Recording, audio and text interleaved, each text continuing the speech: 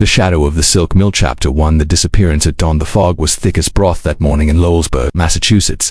The town's silhouette emerged in fragments, chimneys puffing smoke, steeples stretching upward like silent sentinels, and the skeletal towers of the Thistle silk mill, looming at the edge of the Blackwater River. It was the kind of morning that swallowed sound and cloaked intentions. Allan Pinkerton, his black coat slick with dew, stepped off the early train with a telegram, folded twice in his breast pocket. Urgent, daughter missing. Stop, nitrogen monoxide. Police. Stop, please come immediately. Enoch. Thistle. Pinkerton had known Thistle from an earlier union dispute he'd mediated in Chicago. A hard man, short on gratitude but long on power. Now, the mill baron was desperate, and desperation was often more revealing than guilt. A waiting carriage bore him through the winding streets of Lowellsburg. Mill workers were already lining up by the factory gates. Bale, young women with shawls wrapped tight, boys too small for their boots, men with hollow eyes. The bell tower struck 6. Mr. Pinkerton, said the coachman, tipping his cap. Mr. Thistle awaits in the west parlor. Whole town's T.O.N. No one's seen Miss Abigail since yesterday. Pinkerton stepped inside Thistle Manor, its gas lights flickering low against the carved mahogany walls. The man himself rose from a fireside chair like a tightly coiled spring. Enoch Thistle was in his 60s, gray-streaked and heavy, with a lion's presence diminished only slightly by worry. Pinkerton, he said, gripping the detective's hand. Thank God, what happened? Pinkerton asked, removing his gloves and setting his satchel on the floor. Abigail vanished just before dawn yesterday. She was due to inspect the new dyeing process at the mill. She never arrived. We kept it quiet, told the workers she was ill. But something's wrong, I can feel it. Any sign of struggle? Ransom. Thistle shook his head. No note, no demands, just ... Silence. Pinkerton studied the older man. Was she troubled? She was willful, Thistle said after a pause. Too clever for her own good. Always questioning the way the business runs, but she wouldn't run off, not without telling me. Pinkerton tilted his head. So, you believe she's been taken? I don't know what to believe, only that someone in that mill knows more than they're saying. Pinkerton requested access to Abigail's rooms. There was spare but elegant mahogany writing desk, oil lamp still warm, shelves stacked with French novels and chemical manuals. Her dressing mirror was unbroken, her wardrobe undisturbed.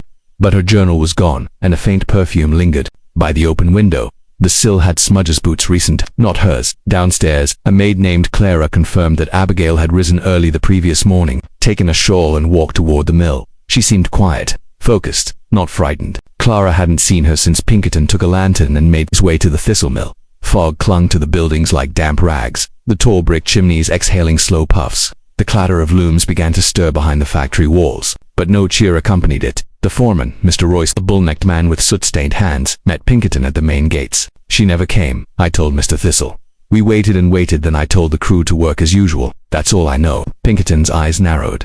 Any conflicts with the workers? Royce snorted. They hate her more than they hate me. She wanted reforms. Shorter shifts, better wages. Said we were working people to death. And where were you at dawn yesterday? Royce's jaw twitched. Home, asked my wife. Inside the factory. Pinkerton walked the length of the weaving floor. It reeked of oil, dye, and sweat. The machinery thundered, vibrating the floorboards. The workers stole glances at him, curious, some frightened. Near the back in the dyeing room, a faint crimson trail led beneath one of the iron vats. A spool of silk had rolled out from under a work table. Wrapped tightly around it was a strip of cloth, soaked in blood, not dye blood. Pinkerton retrieved it with a handkerchief. The room was silent now. The workers had stopped. He turned to Royce. Why wasn't this reported? Royce paled. Could be anything, an injury, clumsiness. Pinkerton stared him down. You knew this was here. Royce's lips pressed into a thin line. You think I'd hurt the boss's daughter? I'd be dead before supper. Pinkerton sent for the local constable, who arrived begrudgingly.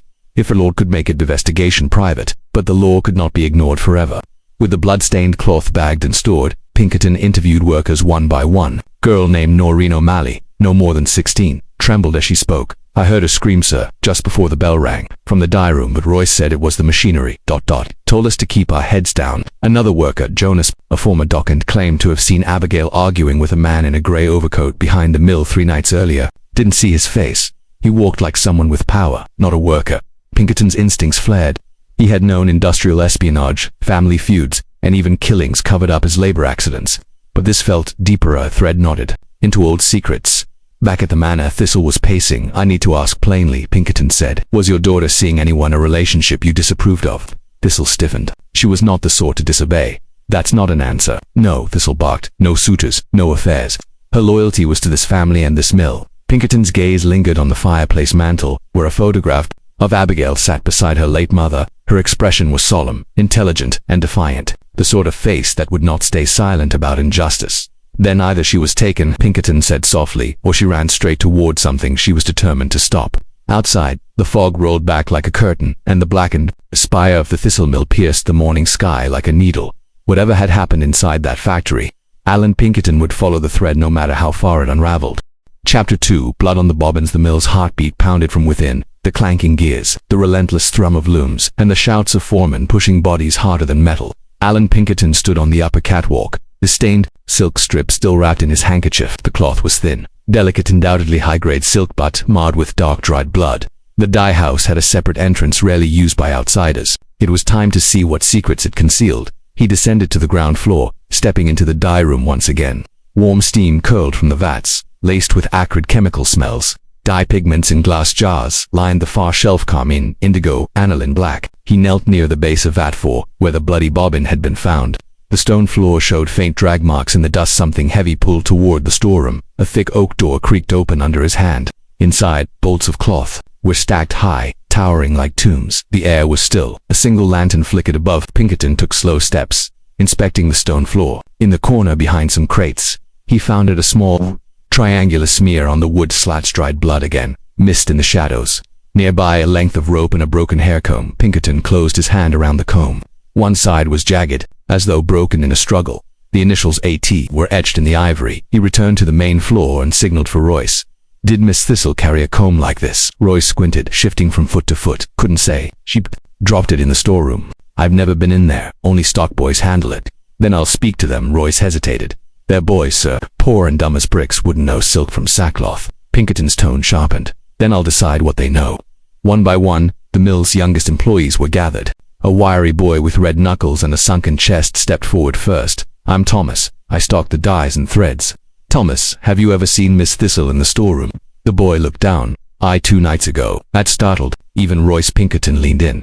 What was she doing? She was looking at the old ledgers. The ones Mr. Kit, the old foreman, used to keep before he left. She told me not to tell. Said it was important. Where are those ledgers now? Thomas swallowed. I dunno, sir. They were in a leather satchel. Next day the satchel was gone. Who knew she was there? Just me, and maybe Ben. He's the errand boy. He brought her tea sometimes. Royce interrupted. Kit's ledgers were useless, outdated nonsense. He scribbled in half-code, probably drunk. Still, Pinkerton said, Miss Thistle found them worth reading. He turned to Thomas again. Do you remember anything unusual from the day she disappeared? The boy hesitated, then nodded. There was a man. I saw him near the back. Gates, long coat, grey hat. He weren't one of ours. Did Abigail speak with him? I don't know. I just saw him leave. Looked angry. Would you recognize him? Thomas nodded. Pinkerton turned to Royce. Give the boy a half-day's pay. I'll need a sketch artist sent for. Royce growled. We're running a business here, not a school for tattlers. Pinkerton stepped close. If I learn you've interfered with the workers' cooperation, you'll answer to more than just me. Royce backed off, fists clenched. Fine, do what you must. Later that afternoon, Pinkerton returned to the Thistle estate. Clara, the maid, let him into Abigail's personal study. He moved quickly, methodically, searching through correspondence, scribbled notes, and discarded drafts. At the bottom of her desk drawer, wedged between pages of chemical formulas, he found a folded letter marked with a crimson wax seal broken. It had no signature. Abigail, if you intend to act, be warned. The books are dangerous in the wrong hands. Kit knew that, and so do they.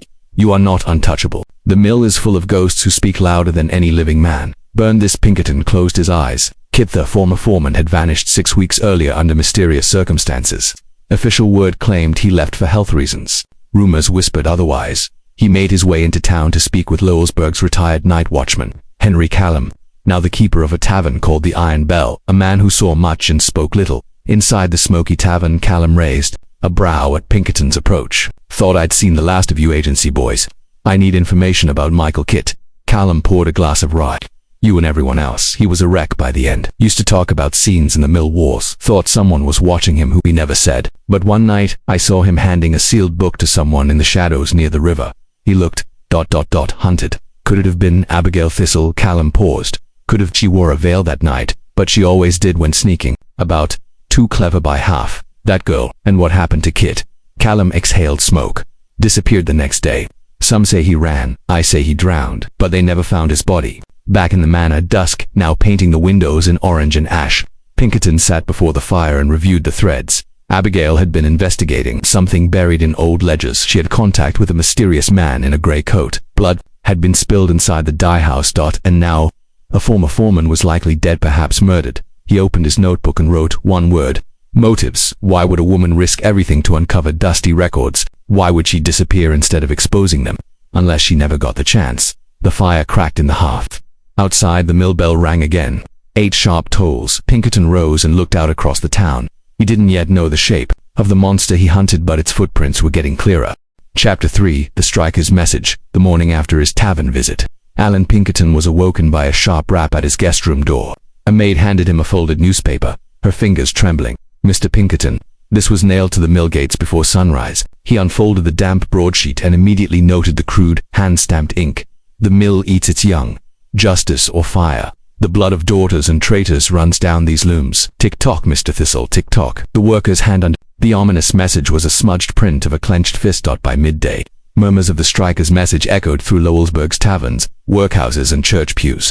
The town's already strained nerves twisted tighter. Rumors of arson and sabotage buzzed like hornets in the streets. Pinkerton requested an audience with Elias Grubb, the head of the Mill Workers Association, and a man known equally for his righteous anger and personal integrity. They met at the back of St. Agatha's Chapel, where Grubb taught Sunday readings to children on his one day off.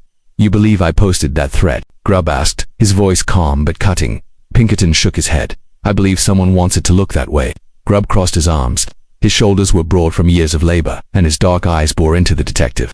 Abigail Thistle was no enemy to the workers. She visited injured spinners in their homes, paid for burial costs when old Mrs. Keating passed. She was the only Thistle who didn't treat us like machinery. "So you had no conflict with her?" Grubb looked away for a moment. "She was trying to change things too fast, wanted daylight inspections, talked of banning child labor outright. That scared the investors." "Which ones?" Grubb chuckled bitterly. "You don't get names in a ledger, just initials and numbers, but I heard her father yelling at her once, something about her digging into things that never should have been disturbed." Pinkerton leaned in. "Do you know the name Michael Kidd?" Grubb's expression turned grave.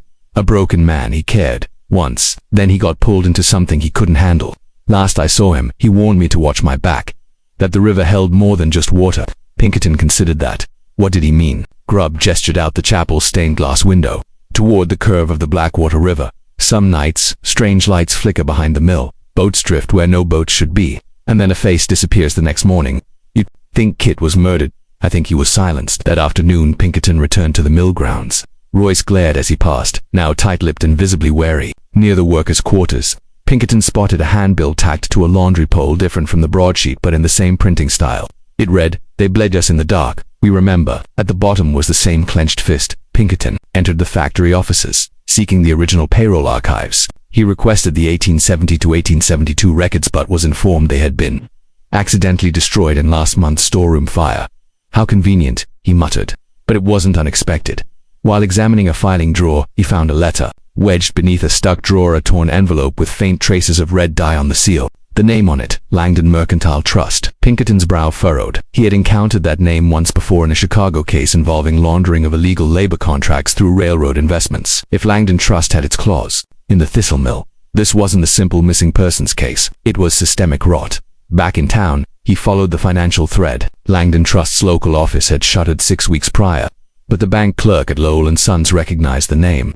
Mr. Thistle withdrew $3,000 in gold notes from Langdon's account 2 days before his daughter disappeared. The clerk whispered, "Said it was for industrial contingencies." "Where did that money go?" Pinkerton asked. "No clue, sir, but it was all in cash." Pinkerton made a note. Bribes, payoffs, or hush money. That night, under cover of darkness, Pinkerton slipped down the slope toward the Blackwater River. Fog coiled along the banks. A faint glimmer caught his eye, then another. Lanterns flickering like fireflies, deeper within the trees behind the mill. He crept closer. Through the branches he saw a group of men gathered near the ruined shell of an old boat shack. One held a briefcase, another wore a gray coat and white hat just as Thomas the stockboy had described.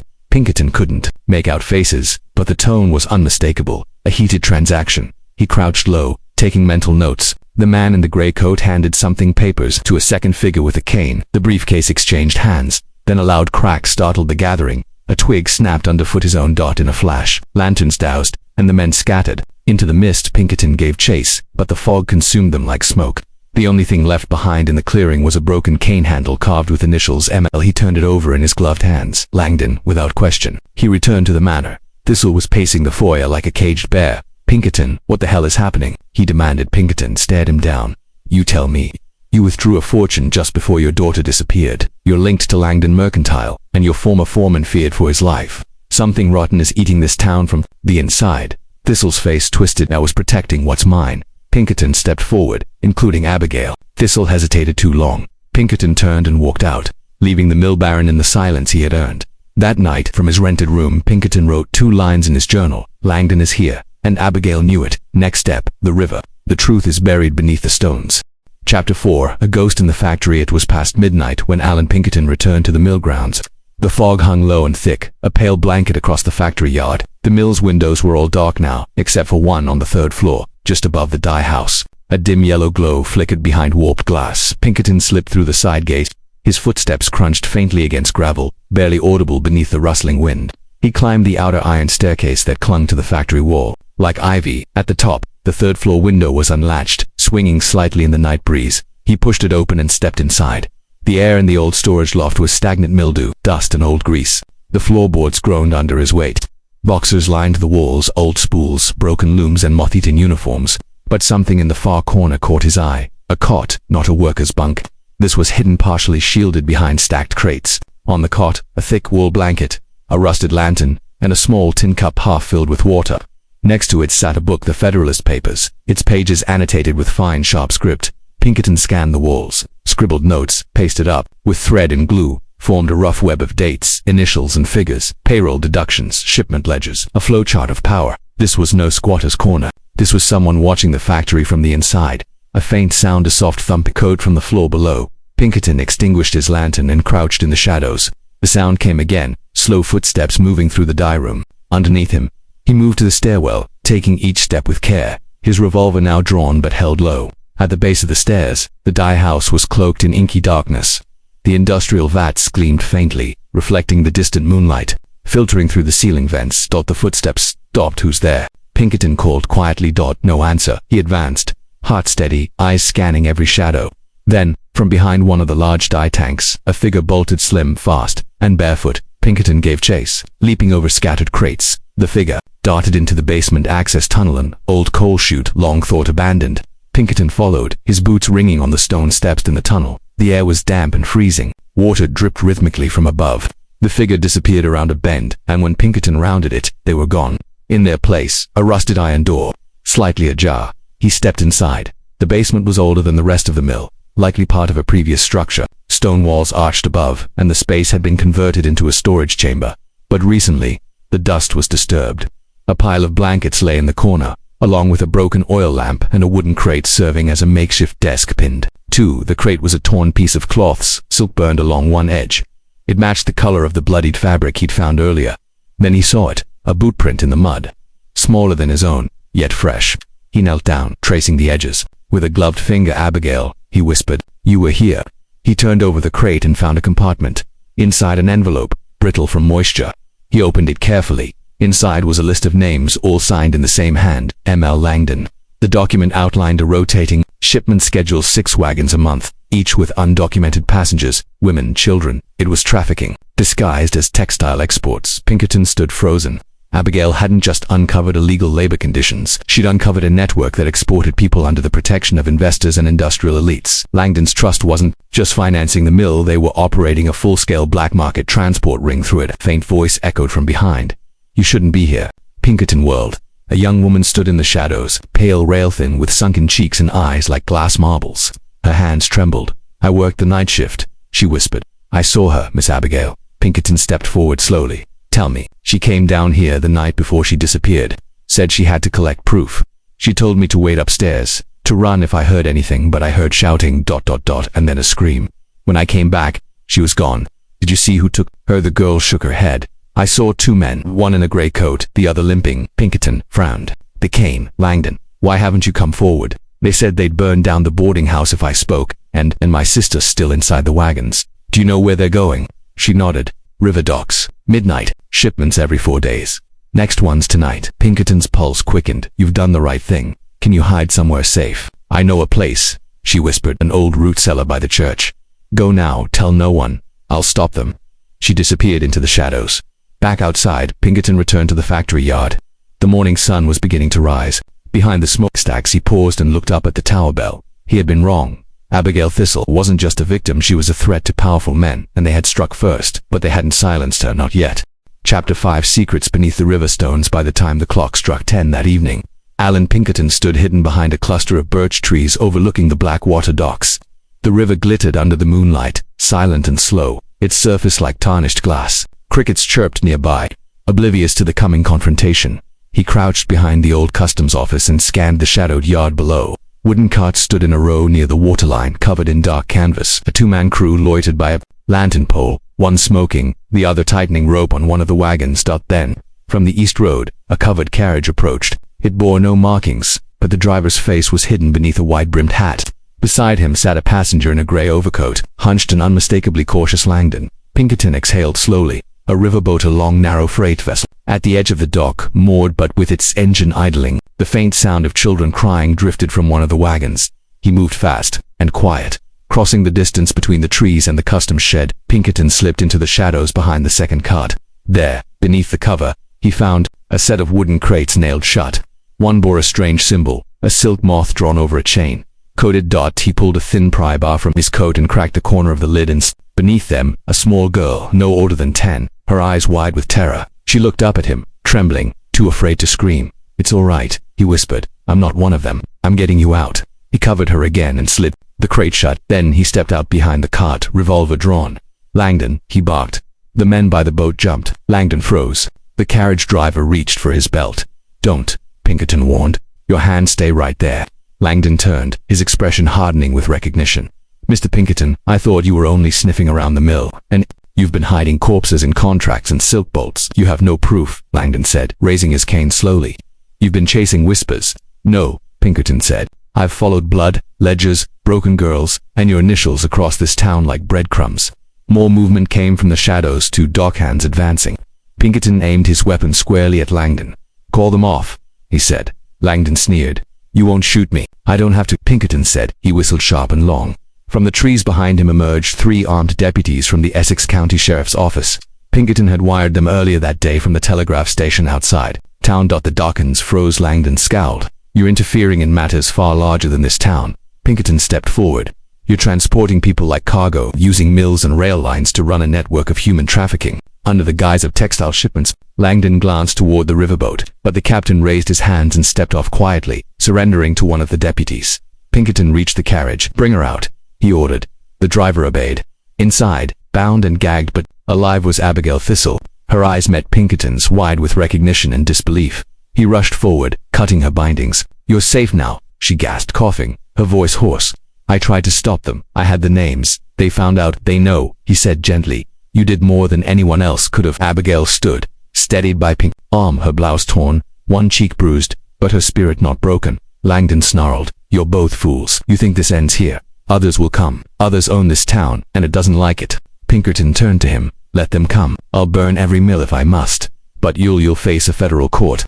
As Langdon and his men were shackled and led away, Abigail was taken to a nearby inn under protective watch. Pinkerton stood at the river's edge as dawn began to break, the dark waters now softening into bronze. The wind whispered through the trees, and the boat drifted slightly in the current, still moored, now quiet. Then something caught his eye. A shape bobbed near the rocks, half submerged, tangled in weeds. Pinkerton moved down the bank. It was a body, male, bloated, face unrecognizable except for one detail, a watch still ticking on his wrist, initials M scratched on its back. Michael Kitt. He'd been silenced, just as Grubb feared. Pinkerton covered the corpse with his coat and looked upstream. Abigail had unearthed the truth. Kitt had died trying to deliver it. Langdon had done everything to bury it, but evil had run too long under Lowellsburg's silk. Now, the river had given up its secret. Pinkerton climbed back up the bank and wrote a note in his small black journal. "This mill turned silk into silence. But one voice, if brave enough, can break the wheel." And Abigail had done just that. Chapter 6: The Accountant's Ledger. 3 days later, the Thistle mill was shuttered by federal order. Workers stood in silence outside its rusted gates, watching wagons carry away boxes of confiscated records and ledgers under armed escort. The chimneys, once belching smoke into Lowellsburg's sky, now stood dormant monuments to a town's hidden sins. Inside the manor, Allan Pinkerton met Abigail Thistle in the study where it had all begun. Though still pale, she had returned to her feet. dressed in modest mourning black. She refused to leave town until the last thread of corruption was exposed. "I want to testify," she told him plainly, her voice steadier now, not just against Langdon, against everyone who enabled this. "You've already risked your life to bring it to light," Pinkerton said. "I won't let my silence rebuild what we just tore down." Pinkerton nodded. "Then we begin with the books." They returned to the mill's upper office, the financial sanctum where the inner workings of the empire had been inked onto ledger after ledger. The new foreman allowed access under supervision, and soon Pinkerton found what he was looking for. The personal account ledger of Edward Langdon, hand-bound in red leather, dated 5 years back. Inside were entries meticulously catalogued: rail expenditures, private security, and silent partnerships with textile facilities from Massachusetts to Illinois. Coded names appeared repeatedly. MLRKGH. Abigail recognized one immediately. "RK is Raymond Krieger," she said. "Father's chief accountant. He managed Langdon's shadow accounts. Where can I find him? He left town 2 weeks ago after I disappeared, but I know where his records are kept." She led Pinkerton to a locked cabinet beneath her father's desk. From a secret drawer, she retrieved a brass key. The cabinet opened with a reluctant groan. Inside were 3 account books in a thick envelope labeled "Confidential, Discretion Advised." The account books detailed ghost salaries paid to non-existent employees, names drawn from cemetery records or orphan registries. Funds were funneled from the Thistle mill to shell corporations under Langdon's command. Every child hidden in a shipment was accounted for like livestock. Pinkerton's jaw clenched. This is human trafficking as industry. The envelope was worse. Inside were photographs, grainy daguerreotypes of child laborers, bruised and shackled, in makeshift quarters aboard freight cars. One photo showed Michael Kidd standing behind a young girl. In the background, Abigail recognized the Thistle dye house. This is how they kept him silent," she whispered. There was also a letter signed by Krieger, "Mr. Langdon. Attached are the requested files for next month's shipment. I trust Miss Thistle is no longer a concern. Ensure Kit's accident appears. Natural, I'll coordinate with Royce on the payroll cleanup." Arthur Pinkerton carefully repackaged the materials. "This is enough to convict Krieger, Royce, and half the Langdon syndicate. Then take it to Washington," Abigail said. "Tell them Lowellsburg will not forget." Pinkerton departed the manor and made his way to Boston, where he handed the evidence to a federal judge. Within hours, warrants were issued across 3 states. The Thistle-Langdon trafficking ring, once shrouded in elite silence, was suddenly the headline of every paper in the Northeast or back in Lowellsburg. A different battle raged within Enoch Thistle himself. He summoned Pinkerton privately. The old man looked gaunt, his once proud gait now a shuffling echo. "I've read your report," Enoch said. "I didn't know about the children. Not all of it, but the bribes, the names, ... I looked away. I let Langdon handle the money while I played lord of the manor." "Your daughter nearly died exposing what you funded," Pinkerton said coldly. Thistle winced. "She's stronger than me. Stronger than I ever was. That's why I'm transferring full ownership of the mill to her. If she wants to tear it down or rebuild it, she will do so with clean hands. She'll do more than that," Pinkerton said. "She'll make this town honest." Thistle bowed his head. "Then it'll be more than I ever accomplished." Pinkerton left the manor with mixed thoughts. He had seen men like Enoch before, built by industry, broken by silence. But Abigail had taken the helm, and she would not allow the shadows to return. That evening, Abigail held a meeting in the town square. Hundreds gathered: workers, widows, orphans, and former children of the mill. From a makeshift podium, she spoke with fire and grace. "We worked for generations to build something that destroyed us. We wove silk with our fingers and lost our sons and daughters in the process. No more. The Thistle mill will be rebuilt, and that is a prison, but a promise." Cheers erupted, and Pinkerton, standing near the back, allowed a rare smile. Grubb joined him, arms folded. "She might just do it." "She already has," Pinkerton replied. "The question is, will they follow?" "They will," Grubb said, "because this time, it's one of us who's leading." As the crowd dispersed into the night, Abigail stepped down from the platform and walked to Pinkerton. "I couldn't have done this without you. You would have found a way," he said. "But next time, try not to face down a syndicate alone." She grinned. "Next time, I'll send for you sooner." They shook hands, one born to fight injustice, the other born to expose it. And in that handshake, Lowellsburg found its second beginning.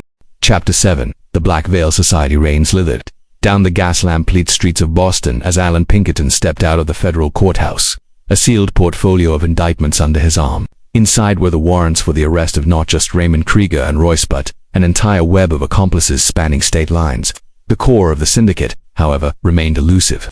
The deeper Pinkerton dug, the more he found references to a secretive circle cloaked investors, industrialists, and financiers operating under one name: the Black Veil Society. The phrase had first appeared in a side note in Krieger's ledger, approved by BVS shipment to New Haven cleared, cross-referenced with Abigail's old notes. It became clear this wasn't just a metaphor, it was a real body of men shielded by wealth, masked by respectability, and their next gathering was imminent. A coded invitation had been recovered from Royce's satchel. It was printed on black parchment, stamped with the silhouette of a veiled woman. The location, a private estate in the hills of Tarrytown, New York. The date, 2 nights hence. Pinkerton sent word to federal authorities but knew they'd never get there in time. The Black Veil Society operated like smoke vanishing the moment. Heat closed in, so he went alone. By evening of the appointed day, he arrived outside the estate gates of Graythorne Manor.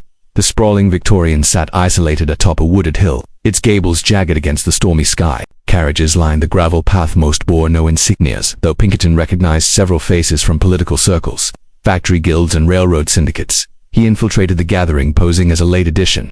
Mr. August Reed from Cincinnati forged invitation had been his entry ticket, courtesy of a contact within the Boston police. Inside, the manor glowed with opulence, velvet drapes, gilded portraits, and a ballroom lit by crystal chandeliers that trembled under the thunder outside. Men in dark suits milled about, each with a black veil tucked into their coat pockets. It was their symbol. When the meeting began, the veils would be worn. Pinkerton moved quietly, listening. Snatches of conversation drifted past. The federal crackdown won't hold.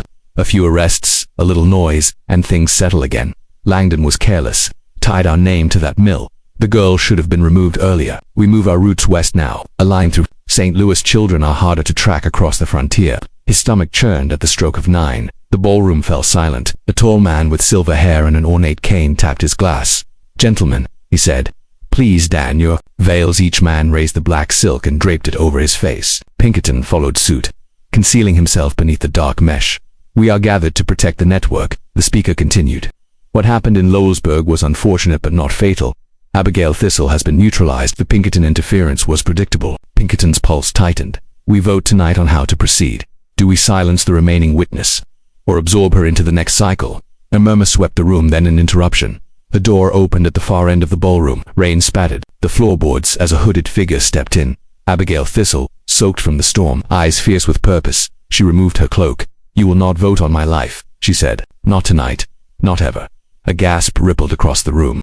Several men reached for hidden weapons. Pinkerton ripped off his veil, drew his revolver and stepped beside her. "No one moves." The society froze. Abigail dropped a satchel onto the floor. "Inside are copies of every ledger, every shipment, every child your syndicate has bought and sold. They've already been sent to Washington, Philadelphia, and Chicago. If anything happens to me or to Mr. Pinkerton's lists go public." The silver-haired leader narrowed his eyes.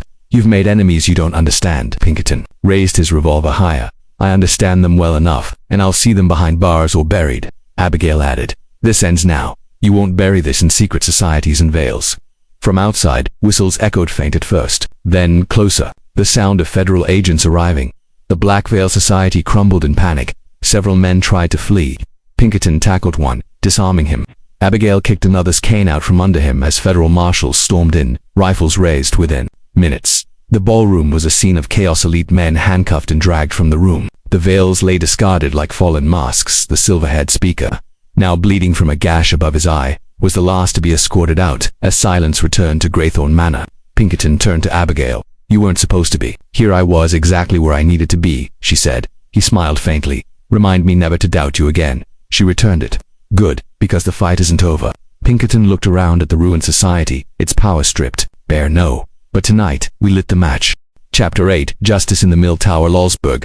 Skies were gray with late autumn clouds as Allan Pinkerton returned to where it all began, the towering, silent corpse of the Thistle Mill. It had taken weeks for the dust to settle. The Black Veil Society had been cracked open, its most visible members awaiting federal trial. The newspapers called it the unmasking of American industry, but something remained unfinished. Abigail Thistle stood at the base of the bell tower, the same spire that had once told for the changing shifts now, still like a watchtower with no one left to warn.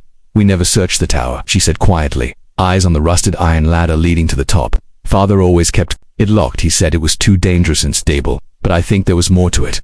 Pinkerton nodded. "Secrets usually climb higher to stay hidden." They ascended slowly, the wind slipping through cracks in the brick, carrying dust and memory. Halfway up, Abigail paused. "This place was my nursery once. I used to listen to the bells as I fell asleep. Now I can't hear them without hearing Kit scream." Pinkerton glanced at her, but she didn't flinch. At the top, they stepped into a small, circular room. The bell loomed above them, cracked now, like a broken voice. Against the far wall sat an old desk, covered in mold and dust. Papers were scattered, many ruined by time and weather, but one book, bound in oilskin, had survived. Pinkerton opened it. Inside were coded messages, shipping schedules, blackmail ledgers, and most damning personal letters between Enoch Thistle and Langdon. Langdon, our daughter grows too curious. I've placated her for now, but she has Kit wrapped around her finger. Should this continue, we may need to send her away abroad perhaps. The network must remain intact. Abigail stepped back as if struck. My father, her voice cracked. Pinkerton closed the book. He wanted to protect his legacy, even if it meant silencing his blood. A sudden noise behind them, a creak of wood. They turned at the trapdoor to the stairwell stood Enoch Thistle himself. His clothes were disheveled, his cane missing. His face was pale, sunken. He looked like a ghost of the man who once ruled Lowellsburg. Never meant for it to go so far, he rasped. I tried to fix it. I gave you the mill, didn't I? I let you bury it all. You buried Kit, Abigail spat. You sold silence, father, and when I spoke up, you sold me too.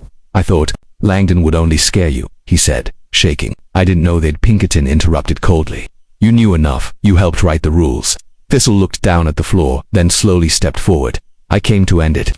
This place, this tower, it was built on lies. He reached into his coat and drew out a pistol. Abigail gasped. No, but Thistle didn't raise it at them. I'm the last link, he said, and I won't be paraded through courtrooms.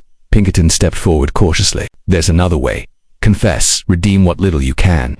Thistle shook his head. There's no redemption in legacy, only in endings. And with that, he turned, walked to the window, and hurled the pistol down to the street below. Testify, he said, but after that, you'll never see me again. He descended the stairs without another word. 3 weeks later, federal hearings began in Boston. Abigail took the stand and told her story with clarity, courage, and unshakable truth. Her testimony, combined with Pinkerton's evidence, sealed the convictions of Langdon, Krieger, Royce, and 17 others. Enoch Thistle, true to his word, testified once, then vanished into the countryside, never to be seen again. The Thistle Mill, under Abigail's new ownership, was rebuilt, not as a factory, but as a vocational school for orphaned and displaced children. The bell tower was restored, not to signal shifts, but to toll for justice. Every year on the date of Kit's death, Pinkerton returned to Chicago, but not before standing once more at the riverbank where Michael Kit's body had surfaced. Tossed a stone into the water and whispered, "They heard you, Kit." The silence broke.